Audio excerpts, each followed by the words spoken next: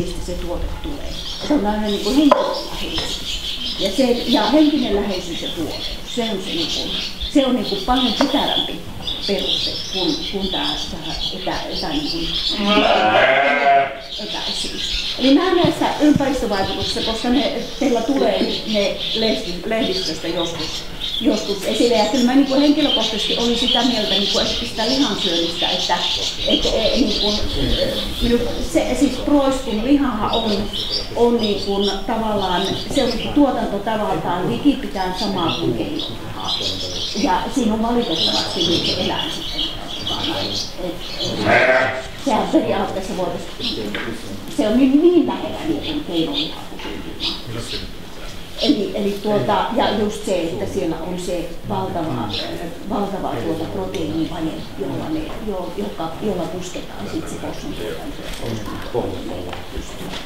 No sitten mä puhun siitä hankkeesta, eli tämä mitä meillä on lampaiden kanssa nyt meneillään, niin on semmoinen Know Sheep, eli tietää sheep, sen tyyppinen hanke. Jos laitatte tuonne Googleen, niin sieltä tulee silloin oma web-sivu ja sitten tulee tiedot siitä. Se on tuosta Interreg Archipelago-ohjelmasta, eli saaristo-ohjelmasta, Itämeren saaristo-ohjelmasta oleva hanke. Ja siinä on nimenomaan ajatuksena nyt sitä, että kuinka sitä saarustealueiden, kun siellä on erikoishabitaattia ja erikoisympäristö, ja kuinka niiden ylläpitoon käytetään sitä lammasta, ja kuinka sen lampaan niin tämän tyyppinen kasvatustapa ja sen lampaan tausta, niin kuinka se saataisiin vietyä sinne markkinoille sillä tavalla, että pystyttäisiin luomaan kiinteä markkinaketju niille lammastuotteille. Ja niin kuin lammastuotteina hyvin monenlaisia, että siellä on niin kuin tavallaan ihan hyvinvointipalveluista, josta lampaan liha, vuodat, villa ja villatuotteet, niin koko se repertuaari. Ja tuossa oli just äsken puhetta siitä, että miten se markkinointi ei onnistu, tai siinä on ongelmia silloin, kun se meidän liian markkinointiin. Ja yritetään sitten tavallaan, että vaikka kuin hieno tuote, kun se liian markkinointiin, niin sitten se kuitenkaan onnistu. Ja mä oon kyllä aika pitkälti sitä mieltä, että se on niin kuin toivoton.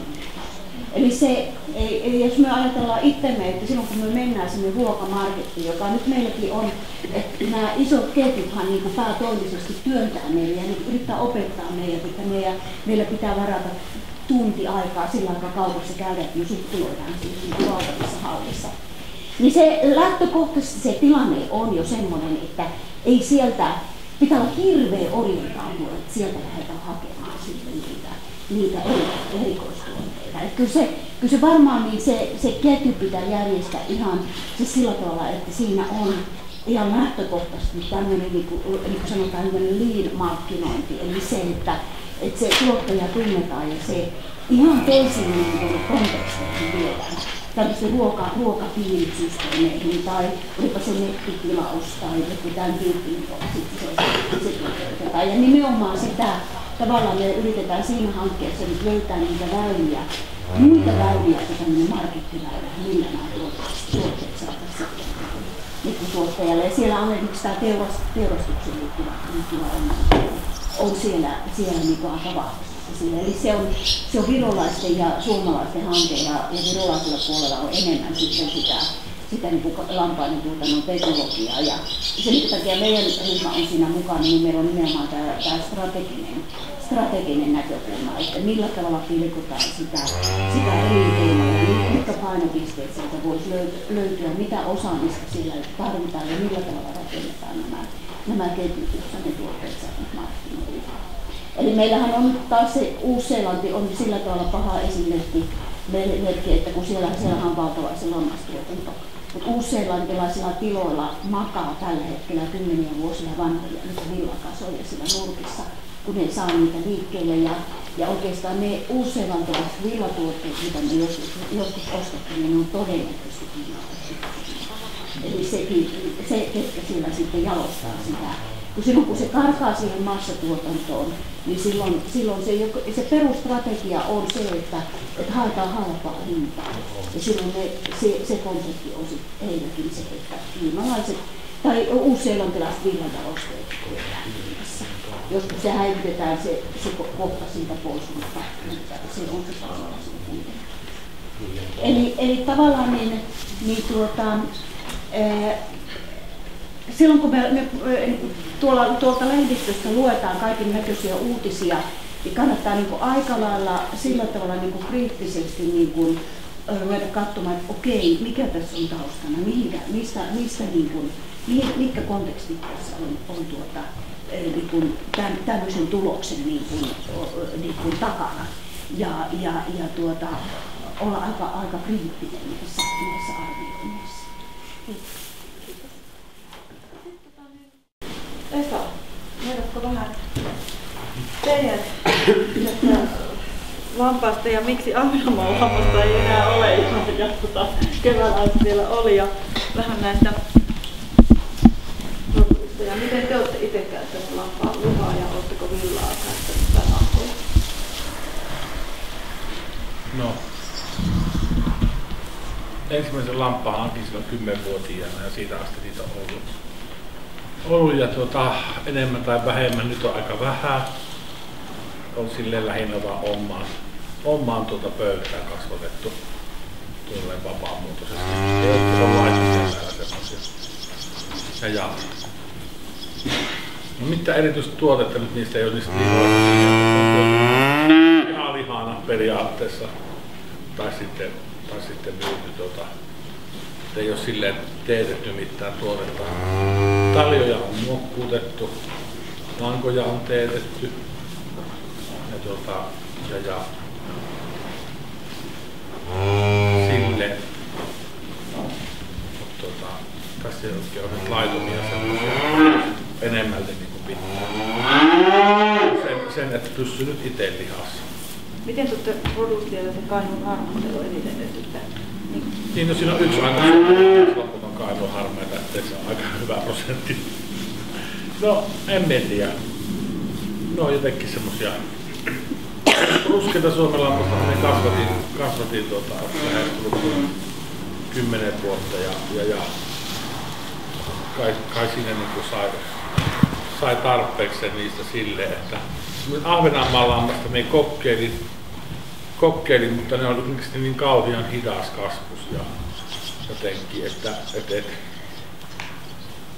tässä on melkein 2-vuotias ennen kuin se raskii teurastaa kokonsa puolesta. Et se on tosi hidas kasvu, ja pässit oli ainakin meille niin hurjan pahapäisiä. Me en ollut lomittajia saada enää töihin. Aina tulivat töihin tulossa kysyä, että onko se tappajapässi teille vielä. Mutta on se vielä. Se kävi yhdessä lampulassa tai lampassa tilalla. Ensin sanoi, että pitää olla 2 viikon väliin, niin se oli rautatanko ja nyt pääsi sille päähän. Se muistaa 2 viikkoa.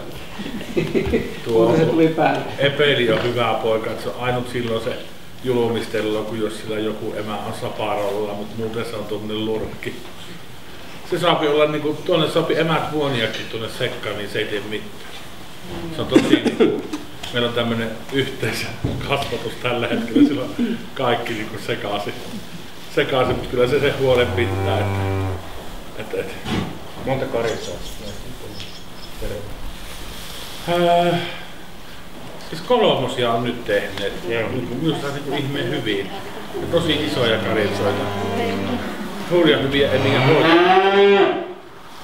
Nuo. Missä se hemmo on? Hemmolta lähtösi on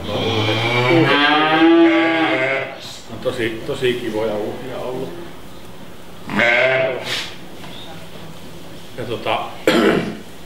Ja just yhdellä on tuolla, se on navetan puolella, siinä on 1,5-viikkoiset karitset 3 ja se on semmoinen ruskeasävyinen Kainuun harmaset. Mennä kun tässä kaikille tossut laittaa ja vähän monimutkaista sitten. Syökää lammasta ennen kuin sitä kanaa. Suosittelen paljon parempaa. Paljon parempaa. Se on silloin se teurastus oli varmaan 50-60-luvulla sitä sun tätä. Monet sanoivat, että se on Ville-Mattusta se lammas ja se ei. Ja nyt sitten vasta uudestaan ottaa isot veljet uudestaan syömään sitä lammasta. Ja sitten kun tuli halpaa vielä, tuli uusseelantilaista, niin se hyödytti myös tätä Suomen lammasta. Mutta onhan sanotaan, että Suomen lammas on lihaa ihan eri. Se on paljon parempaa. Minun mielestä. Tai munkin mielestä varsinkin. Se saattaa olla vaikka minkä ikäistä, mikä se usein on. Niin, se vaihtelee se laatu tosi paljon, mutta tähän lammastahan on käytetty tosi, se on niin kuin rosvolammas on yksi, joka on kokonaisena tehty lammas tuossa montussa, mutta mehän käytetään sitä niin kuin palvattuna erityisesti, se on ravintolatkin käyttää valmis palvattuna, mutta tuostakin kyytöstä tulee tosi hyvä palvattu. Se on erityisen hyvä palvattuna kyytöliha, eikä parhaimpia lihoja kyytössä, se jotenkin käy siihen hyvin. Ja sitten siinä on selkälihat, ne on aina tämä kruunut, mitä me tehdään niistä ja tämmöisiä, ne on hyvä käyttää niitä viulut tietysti. Ja nyt me opettu käyttämään myös tämä niin kuin lampaan tämä entrecôte-liha, eli tämä niska tästä. Sekin on erityisen hyvä lampaassa just. Ja rintaa käytetään ja kaikki nämä. Ja hauduttamalla saadaan ne. Myös semmoinen kuin lampaan maksa, se on ehkä minusta parhaimpia maksuja mitä on. Lampaan maksa on, sitä kannattaa kyllä, me ostetaan kyllä sitä lampaan maksa. Ja mä oon käyttänyt lampaan verta, sekin on pehmeä. Veriletutteet siitä, niin siinä on paljon pehmeämpi se maku. Se on todella hyvä. Tässä kivekset on hyvin kysyttyjä. Siellä on ravintola joka. Se oli aikoinaan semmoinen ravintola kuin Motti, joka käytti Helsingissä pässinkiveksiä. Se on meilläkin pakkassa pässinkiveksiä. Mutta tämä on niinku aika monipuolisesti lammasta ja nyt on tietysti on tämmöinen kausituote, että hyvin pitkälle, että syksyllä ja sitten tietysti pääsiäisen aikaan. Ja se on niinku kausi. Ja siihen kannattaa varmaan panostaa siihen kausi. Silloin kun ihmiset syö sitä, ja silloin tehdään just sitä viulua. Erityisen paljon palvattuna, hyvin paljon sitä. Ja paistettuna ja valkosipulin kanssa tietysti. Ravintolassa me tehdään kyllyksiä ja kruunua ja selkää tehdään ja sitten rintaa paljon myös perässä. Fileet tietysti siinä käytetään myös paljon, mutta hyvä tuote lammasta. Kannattaa tosiaan, niin kuin oli, että kannattaa käyttää sitä, se on erityisen hyvä. Makkaraa saa myös sitä. Se on niin kuin monipuolista käyttää. Ja palakka myöskin kannattaa lampaankkeja. Ja mekin on ostettu ravintola, ihan tämmöinen kokonainen lampaan, koko lammasta.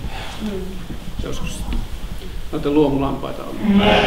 Aikaisemmin tuolla Karilantelolla töissä, niin sinne ostettiin ihan kokonaisia luomulampaita. Niin, ja tätä Suomen lammasta ei tarvitse ruveta leikkelemään, kun tuossa Uudessa-Seelannissa ne käyttää niitä rottia, joilla on pitkä häntä. Niitähän leikellään ja viilellään ja vaikka mitä, että suomalainen lammastuotanto on huomattavan paljon eettisemmin. Mikä se Uudessa-Seelannissa on se lihan tuotanto, mitä on kuullut. Ja ihmetellyt hieman jopa sitä, että kysyinkin näiltä Suomen lammasihmisiltä, että miksi te ette tuo sitä esille. Että eihän se on todella epäeettistä monessa suhteessa se tuotanto.